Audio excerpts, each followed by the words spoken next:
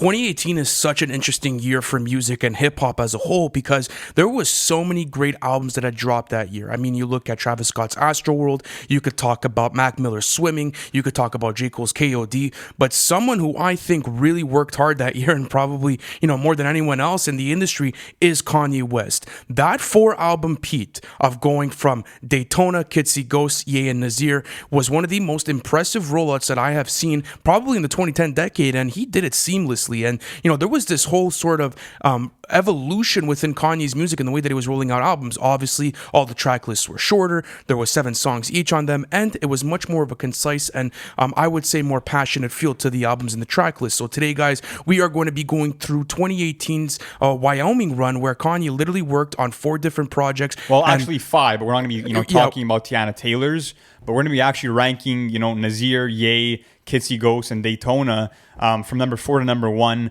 And this was actually chosen by our Patreon supporters.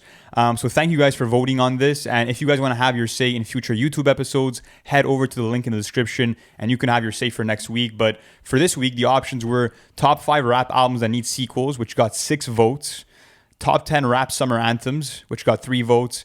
And ranking the albums from Kanye's Good Music Run in 2018, which got a staggering 8 votes. So thank you guys for voting. And to all the actual subscribers out there, let us know in the comments, how your ranking of this Kanye rollout was in 2018. I want to start off by talking about the actual rollouts because I feel like this is the most memorable, album rollout from a camp that we've seen in a very long time. Probably one of the most memorable of the entire decade, actually. And it was the fact that it was one album after the other, week after week. And what I love is that it wasn't like, okay, boom, here's the lead single, here's some anticipation. No, it was album after album, no real anticipation besides the actual star-studded names behind the projects. And what was the first reaction that you got when you found out that Kanye was working on all of these albums? Because there was a bit of a rumbling, if I remember correctly, at the beginning of 2018. Apparently, Kanye was working on a bunch of new music. And then you also heard that, he moved the studios to Wyoming. And then, Pusha T was there. He was working on a collaborative project, with Kid Cudi. And then obviously Nasir was going to be a sort of comeback for Nas, and that, Kanye was going to be handling the whole production. So, when you found out that information, like, how ecstatic were you as a fan to, find out that Kanye was going to be working with some of the industry's best yet again? I was so happy, man. I mean, like you just said, you had Nas's comeback with Nasir, his first album in 6 years. So that was a huge moment. And to hear that, Nas was going to be only going on 7 songs, that kind of took you back to like when he made short track lists on Illmatic, for example, which was only 10 songs. So that was exciting to see how Nas would kind of shape up with just one producer behind him. Apart from that, you got Pusha T's first solo album, since 2015 in 3 years. You got a reunion and a collab album that people have been waiting for over a decade in G.O.O.D. So everything was shaping up to be great. And I just love the fact that, Pusha T actually said this. He's like, we're seeing all these 18-song albums now, and good music is anti-everything. So we wanted to actually stick to the 7-song rule where it's all killer, no filler.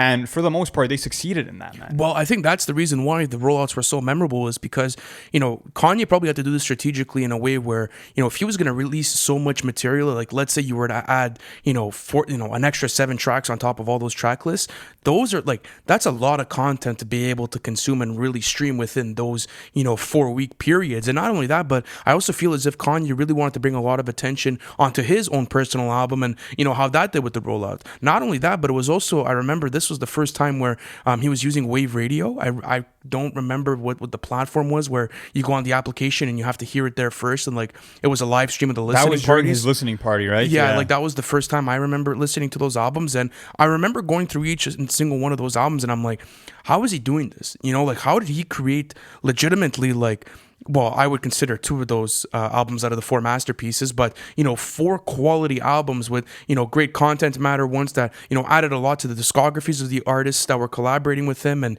ones that were really memorable for 2018, because as I mentioned, prior to the intro of the video, there was a lot of great albums that came out in 2018, but that run was probably the most memorable moment of the whole summer for me. So it definitely was. I want to ask you this. Do you feel like it was a smart rollout in terms of sales? Because if you think about it, like I said earlier, there's no lead single. There's not, weeks of anticipation. So do you think it was a good strategy? And do you think, a camp like TDE might want to do the same thing and kind of copy the formula. What do you think? Listen, I don't think it's maybe a smart formula to use nowadays, especially, with how, like, I would say people, get baited into going into the albums and, like, the rollouts really, like, create that pre-anticipation. And, artists, like, probably need those 3 to, like, 2 weeks maybe. But sometimes no rollout is the best rollout. No, I know. But listen, it ended up working because I'm going to read through a couple of statistics here. So let's go through how much these sold first week. So Nasir sold 77,000 copies first week.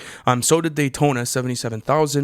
Kids See Ghosted 142. I thought that one would do more. I thought that would sell better. Yeah, it's crazy that like Voice of the Heroes, from this year ended up selling more than a Kanye and Cudi album. But I always think like there's like a bit of like there's a bit of a disconnect when you have two different fan bases coming in. Like it's a bit harder maybe to communicate. But yeah, whatever. Ye ended up selling 208,000 copies first week. So honestly, I think it was good. But this is my theory on it. I don't think they were going for commercial success with these rollouts. They weren't. I really think that they were trying to concentrate on the quality of the projects and releasing stuff that would be memorable for the fans. Because look at those 4 albums. You could argue maybe one of those albums haven't stuck through fan reception and haven't really, sort of stood the faith of time or whatever it is. But there's 3 albums there that are really, really, really, really heavy in their discographies. Yeah. And, that's why I think we're going to have to start our ranking off of. Let's talk about Nasir. Nasir is our number 4 spot. Let's talk about number 4, Nasir. And this came out on June 15th. This was probably, it was the last album to be rolled out, I'm not mistaken. I think Tiana Taylor's came out afterwards. But yeah, out of the rap albums. Out of the rap albums, this was the last one. So how did you feel about this going through it? Like, I remember this was probably the album I was the most excited for. And, hearing that Nas was going to be coming back with Kanye production, that was an absolute, seller for me because I wanted to hear Nas over soul samples. I wanted to hear how there was going to be more of a cinematic basis behind it, and there was all of that included. Yeah, and it was cool that it was, a self-titled album, you could say, with Nasir being his first name. And to me, look, this album isn't a masterpiece. I think that it's easily, the weakest out of the 4 without debate, but it got way too much hate. There's a lot of mixed reception when it comes to this album. And I don't understand why. To me, I mean, this is still a really strong album. I prefer this, over King's Disease from 2020. And it's for the fact that, Nas had a lot to say. He kind of has this political agenda where, he's talking about an important subject matter like police brutality, like black empowerment. I mean, if you look at some of the bars, for example, I think this was on Not for Radio, Abraham Lincoln didn't free us. We forced a proclamation, saying that like, we have these heroes in history books of, these white faces, but really it was us. We started the movement. We were resilient enough to kind of get through these battles and these hurdles.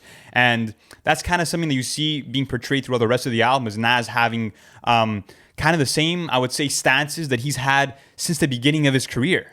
And that's what I love, is that his mentality and his focus and drive for the music hasn't changed after 20 plus years. And let's also talk about the Kanye's production, layering everything behind that. I mean, I love that you had mentioned Bonjour in the notes. Like, this is probably one of my favorite instrumentals on the whole. It feels like an interlude, right? It feels like an interlude, but it also feels like I'm in Paris with Nas. Like, it gives me like, that sort of like, I would say classic soul vibe, and then this is obviously, I believe this was Tony Williams, that those were his vocals in back, correct? He did the hook, yeah. He did the hook and back, and then going through the rest of the track, like you kind of feel like you're in Paris. It's a bit more wavy, and like it was a nice sort of break in the track list where it's like, okay, it's refreshing. It has a bit more of a lighter mood. Then after that, you get something like, let's say, Adam and Eve. That's pretty, that features like these like really nice guitar strings. That might be one of my favorite Nas songs ever, man. Really? For what reason? What would you say? I just love kind of the idea. Well, it kind of shapes down to the fact that this whole project is kind of, there's 7 songs, obviously, and each song represents one of the different deadly sins. And Adam and Eve is kind of, I think, if I'm not mistaken, it's the sin of envy, and how people are kind of envious of one another and always want more. And just his flows, his immaculate vocabulary throughout the song were great. Another standout for me is Cop Shot the Kid, just because I feel like the way that Kanye used his samples were so fucking inventive on that song. You start off with the Richard Pryor sample at the beginning of him kind of, telling you the story. And then you have, Kanye who samples Slick Rick from the children's story, you know, that storytelling classic song from the 1980s, where he takes one bar, cop shot the kid, and he kind of repeats it throughout the entire puts it on song. loop. Do you find like I find that, you know, the way that he was able to loop that added to like this crazy tempo to the song. It almost made you feel as if like you were in like a horror movie. Like you felt like you were running and like it was one big shot. And like I find that played in so well because like it kind of like gave you that adrenaline to go with the rest of the writing. Like, you know, you're going through it and like it captivates you throughout it. So, you know, mix, you know, Nas's fantastic writing with the whole concept of the album with, you know, fantastic Kanye production and the cinematic value that added to the project. You know, how could this possibly be a miss for any Nas fan? Like, I don't even understand like the criticism that comes with it. Like, if you want to maybe critique the writing, I don't even think there's anything that, you know, the writing's phenomenal. How could you even fucking critique Nas's writing? Like, that makes zero sense. You want to critique the production? You're literally getting some of Kanye's like craziest production. What do you think then makes this rank at number 4? Why is it the weakest out of the 4? Tell me that. Probably the less memorable out of all. Yeah, like, maybe the most forgettable. I wouldn't say that's forgettable because it's, you know, a Nas project that I visit pretty often. But does it rank towards the end of Nas's discography for you? No, I don't think so. I think like it's a good middle point. Like I feel as if like, you know, I feel as if it's a middle point for him. It's definitely not some of his best material, and like it's not an Illmatic or like, you know, it was written, like it's definitely not up there, but it's like it's there for me. It's prominent. But the thing is like, you know, comparing it to the rest of the projects that came out and seeing the effect of the rest of the projects and, you know, how those really captivated my listening experience, you know, this is on the lower end of them. But nonetheless, it's probably the album that's, you know, the richest in writing and the richest in, you know, maybe production for him. So let me read you a bar, man, just to show, you know, his crazy internal rhyming and alliteration. So, what comes first, peace or the paper? Before I had a piece of paper, peace was in my favor. Just talking about how, like, you know, the whole Biggie theory of, you know, more money, more problems, where everything was kind of cool and okay in Nas's world until he started getting the fame and the wealth. So just the way that he plays with the words, it's just, it really, it impressed me. And I feel like this showed that even as Nas evolves and gets older as a writer, you know, his bars are still world class. Absolutely. Even let's talk about simple things where he's talking about his longevity and legacy. You know, this is a cool bar. I like that you mentioned this. Want me to sound like everything on the top 40? I'm not for you, you not for me. I'm not for you, you're not for me. Like, so, playing with the top 40 bar. It's really masterful, man. Like there's a lot of stuff that you'll find on this album where you'll have to double take and like go back to Genius to understand like the double entendres and the bars and like how does it play out within the full 32 of the verse. So it's fantastic. As great of an album as it is, as much as I love the dusty old, you know, rustic, I would say, samples from Kanye, and as great as, you know, the verses are, I just feel like maybe it wasn't necessarily a step up from Nas. Like, it was something that we already saw him do before. It met my expectations. It did, exactly. It met the expectations, and it definitely was a great listen for that summer, and you know, was a W for that 4-album run. Like, this is definitely not a miss. But let's go on to number 3, and this may be a little controversial for people, but like, you know, because I understand how much of a fan favorite, you know, Ye is for, you know, a lot of Kanye fans, but, you know, it deserves the number 3 spot because not only is it, you know, one of Kanye's most personal albums, but the way that he was able to advocate for mental health and the way that he was able to be vulnerable like that and really show his a different side to him to fans is quite inspiring even to me, because I remember going through this album and like it was a bit confusing at first because I wasn't picking up on like the theme of the album, and you know, it was a very tough first listen, but I was like, fuck, he did that much in a 7-track album, and like I think that's the main theme for a lot of these albums that we're gonna have on this list. Well, most of them is like, yo, like Kanye legitimately did this with 7 tracks. Like that's really impressive. That's what the most impressive thing. The thing is, for a lot of these albums, that they kind of package so much content matter that was very deep, very intricate in the 7 songs, and albums that only span 20 minutes. And you look at other projects nowadays that are an hour and a half long, and they can manage to do the same thing. And what I love about Ye is the fact that it's really a deep dive into the psyche of Kanye West, like we've never seen before. And it starts off with, you know, I Thought About Killing You, which, you know, for one of the first times ever, we have Kanye playing with the pitch of his vocals. And that's because he's kind of having this internal monologue with himself, and he's talking about suicide. He's talking about killing someone. And the way that I interpreted that is that Kanye is talking about killing his own ego. Because on The Life of Pablo, that was kind of the whole crossroads that he was at, is like, do I go with my old ways where, you know, my ego is kind of elevated and I have this attraction to women and to money and to wealth? Or do I go onto the family side because now I'm a father? And with Ye, he makes that decision very clear at the end of the track list with Violent Crimes, talking about how, he's grown a deeper appreciation for women and how, he's kind of pushing that side of his life that we saw on full effect, let's say on Yeezus. He's pushing that away to kind of be that family and that father figure. Absolutely. And I also feel like I'm a therapist listening to Kanye's problems. Like I feel as if like I'm in the chair, like, listening to what Kanye has to tell me, because even going on to Yikes and talking about how, drugs have a different effect in his life and how, let's say DMT and other pills like are so elevating and like they make him feel so grand, but when comes down, kind of feels like he's in a jaded place. And the way he feels that actually Drake wrote a good portion of that song. He did, and yeah. it's also produced by Mike Dean, so you're also getting some great fucking, I would say, artistic decisions by Kanye on this album. Like, think about it, with the whole theme of the album and going into mental health and really trying to give you this narrative of diving into Kanye's head. Why would you want to make this track list even longer? Like, there's no reason to do it. Like, this was perfectly communicated, and Kanye is not known to be like the craziest writer, but the content matter in this album is so rich and it's so personal, introspective. It's like it inspires people and it inspires Kanye fans. And it feels so authentic. Like, I feel like this was maybe the album that maybe required the less amount of thought for Kanye. Like, this was just him expressing himself in a very natural manner, because he, redid the album after the whole TMZ incident where, he made that comment about, slavery being a choice and all that sort of stuff. He completely scrapped what he had done before and remade the album, and he was working up on it until the very last day that it came out. Ghost Town was made on June 1st, the same day the album came out. So to me, this just felt like Kanye literally putting his thoughts from his head to the mic. Absolutely, and he was able to do it in such a beautiful fashion. And another great part about this album is like kind of like the way it starts off. Like, if you go to like, well, here, let me pull up the track list for you. Wait 1 second. I thought about killing you.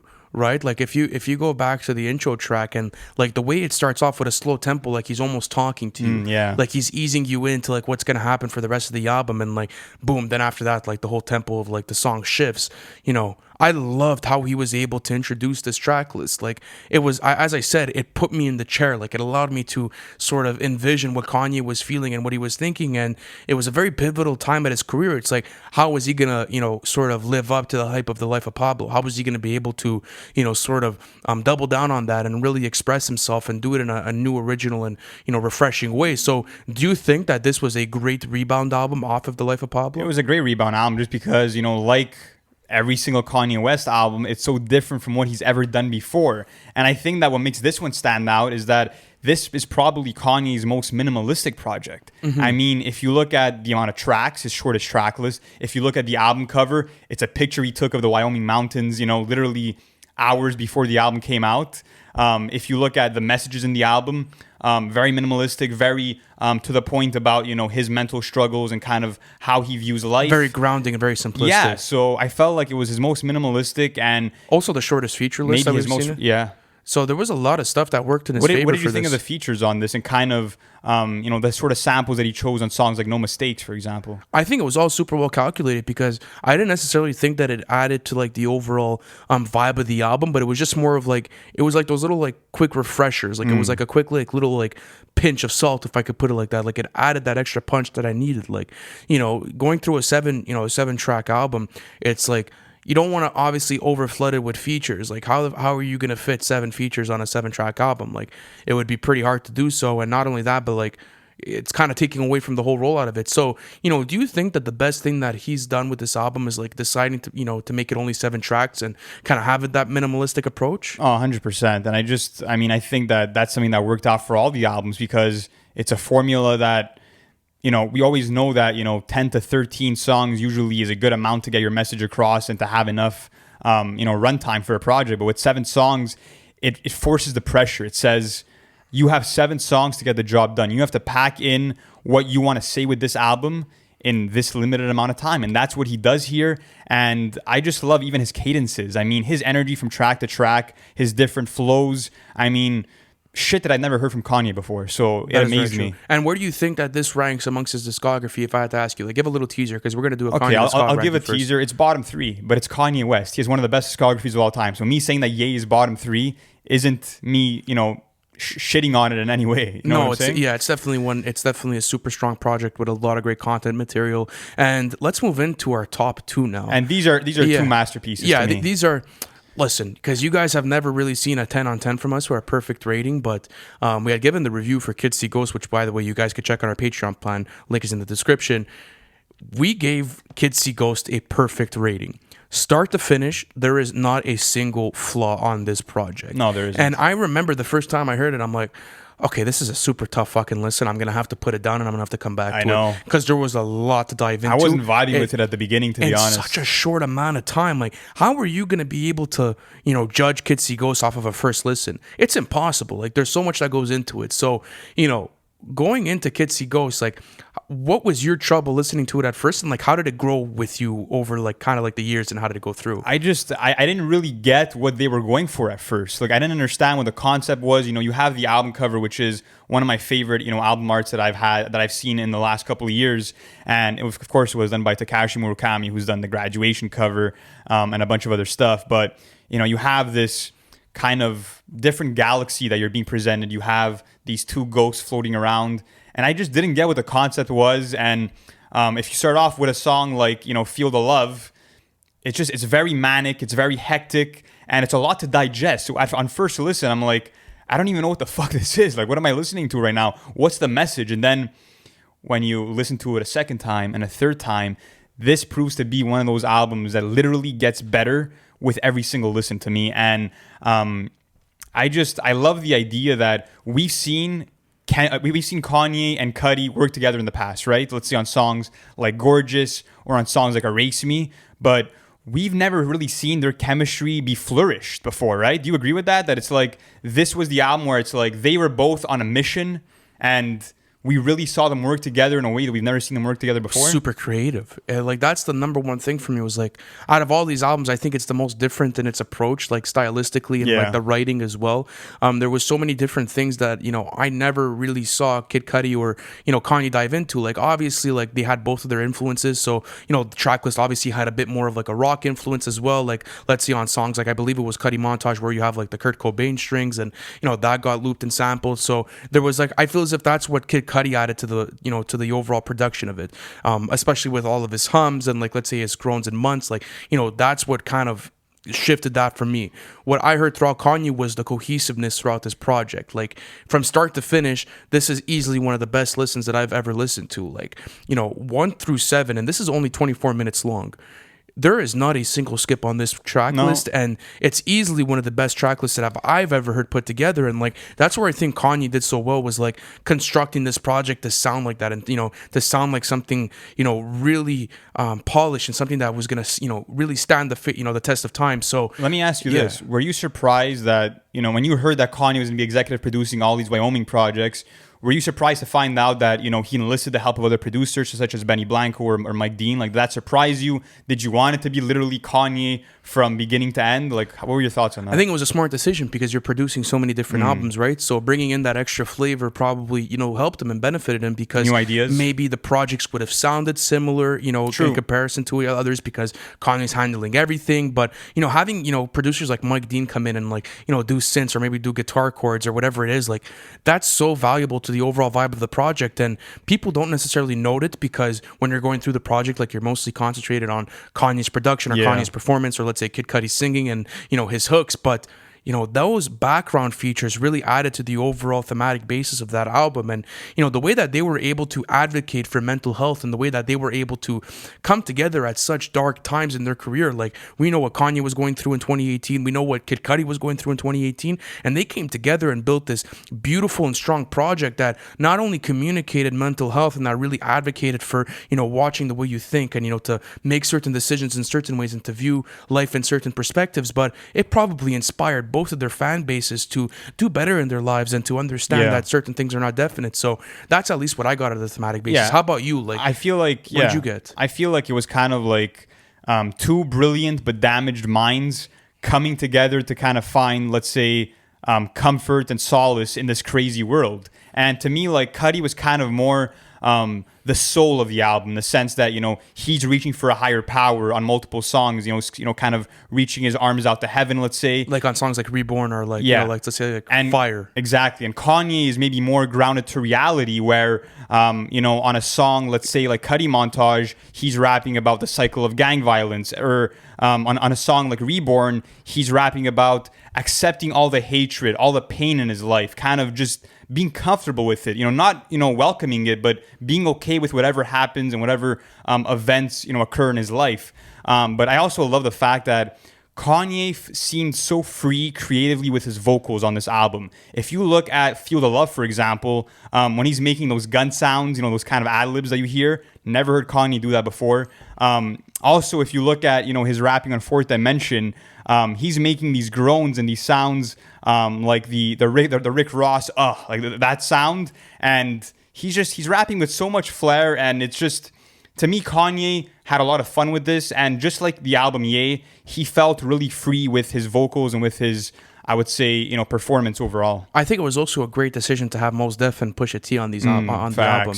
Like, if there was two features that I would want to see, you know, happen with Kanye, like, how could you not take someone like Mos Def and, you know, Pusha T? Like, the way that Pusha T opens up the album is super fucking aggressive, and like kind of like it throws you in a weird direction, because like you think that the rest of the album is going to sound like that, and then boom, puts you back to ground. So there's also like those emotional roller coasters throughout it. And I want to talk about, you know, Kid Cudi's hook on Reborn. Like, fuck, man, that is easily one of the best Kid Cudi hooks that I've heard of all time, and it's probably my favorite collaboration between them two. Like, it's definitely like one of their best put together songs. And obviously, you know, what that songs mean to both of their careers, and like the mental state that they were in while creating this album, you know, it was the perfect center point for them to come together and really talk about, you know, the dangers of, you know, letting yourself fall through a rabbit hole, and, you know, letting yourself, you know, dive deep into certain thoughts and certain experiences that may fuck you up at the end of the day, and then bouncing back from that. That's what I got from Reborn. Exactly. It was like very motivational. It was the Reborn of the whole track list. Like, that's literally the way I take it out of the whole 7 tracks. So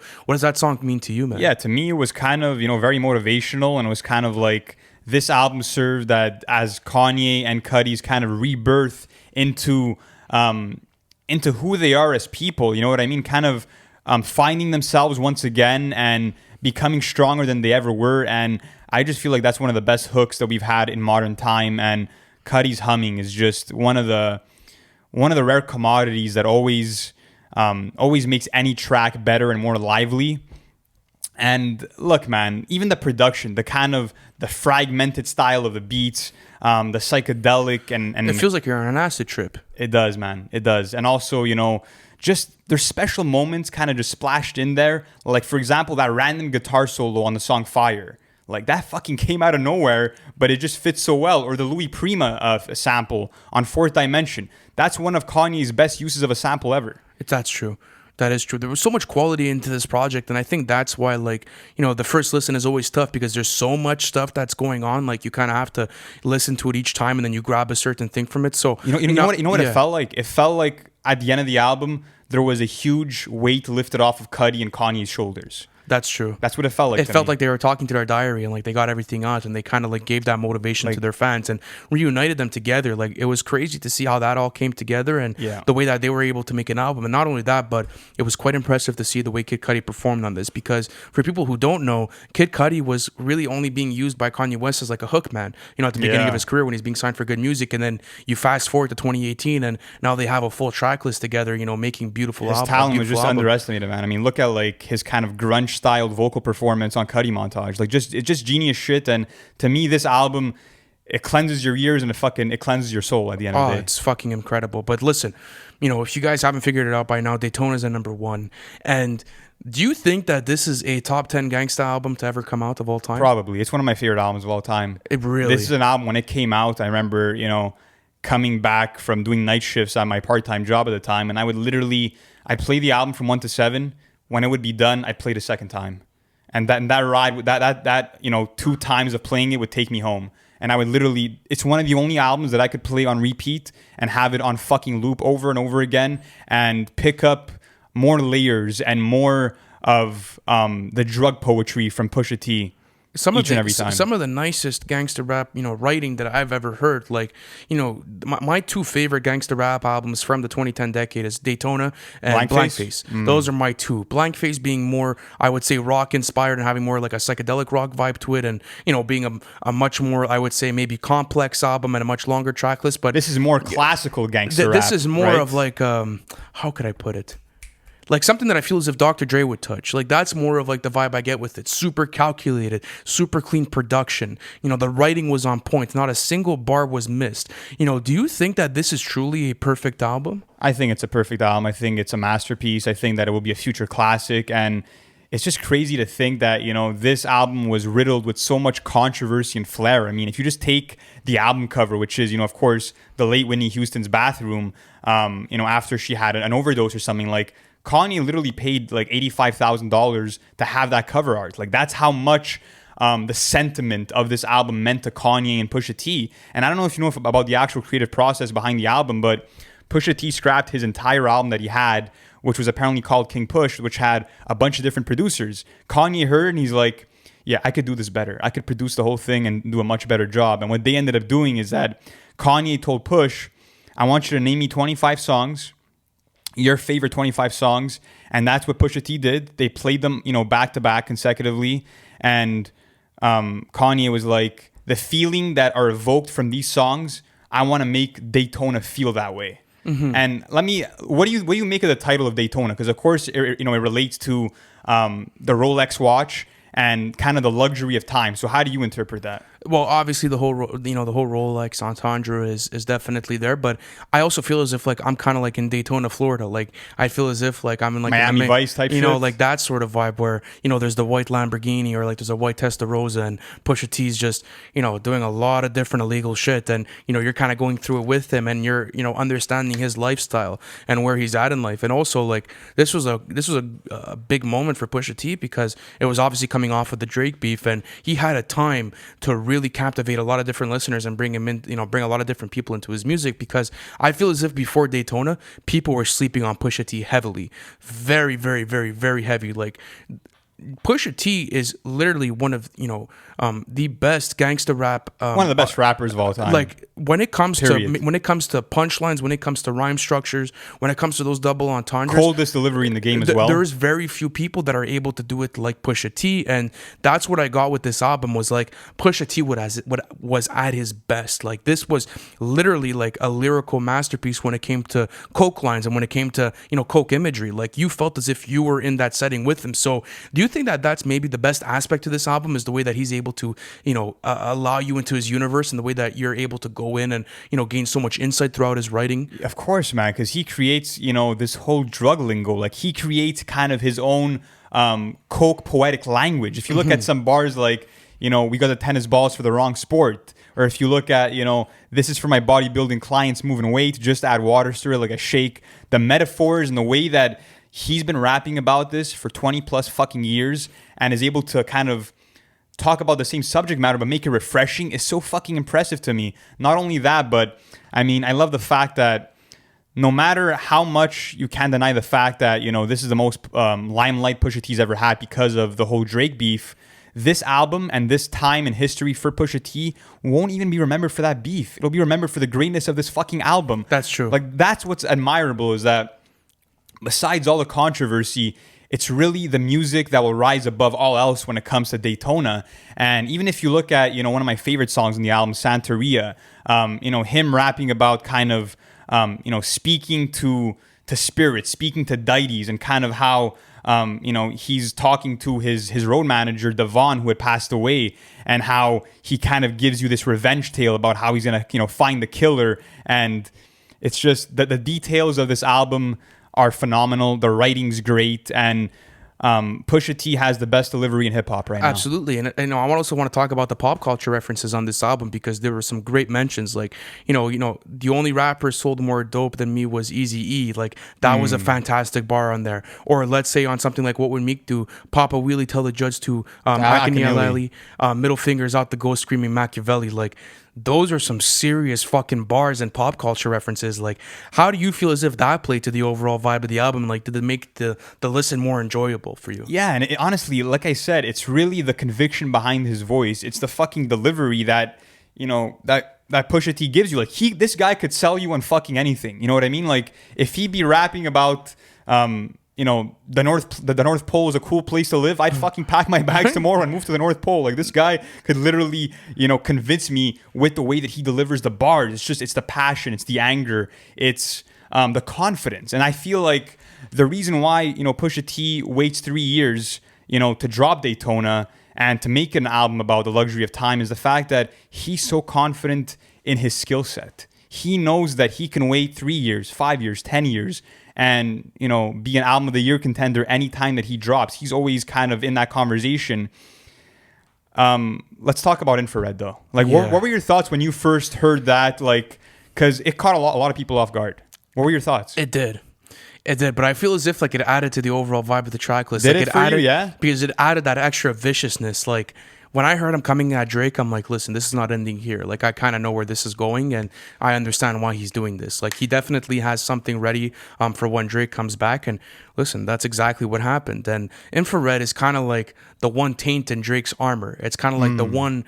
It's the one. L. It's the one L that he accepts. It's you know the what one I mean? L that Drake accepts, and he even admits it. It's like that was a genius move on his part. Like he baited The him chess in, and move. he baited him in, and like he ended up getting it. Do you And think the story of Adidon was made before Duppy Freestyle came out? Let me ask you that. I don't know, because there was the whole thing of Duppy Freestyle having like the reference to Pusha T's wife, and then True. and then after that, it's kind of like, okay, we're getting personal. Let's get real personal, and let's include that into it. And it's like, fuck, that's vicious. That's really Well, brutal. you know what stunned me is that's tough. when I first heard Infrared, like Pusha T didn't even give me a moment to sit in my chair and get into the vibe of the song. The first fucking 20 seconds, it was written like an Nas, but it came from Quentin, and I'm like, what the fuck? Yeah, like did he what's just spit that? Or, like I what's took a going double on? take. I replayed that 3 times before even listening to the full song.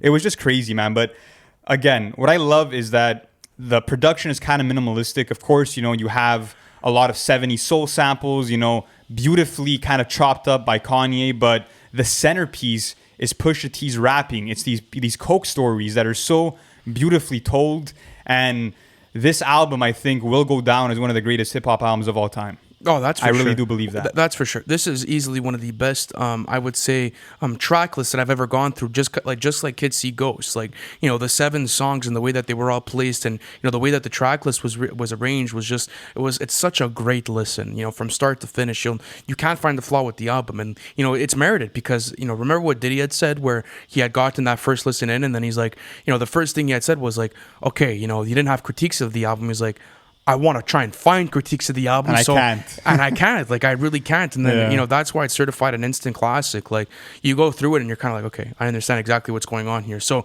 let me ask you this question before we end off. Like the little segment with Daytona.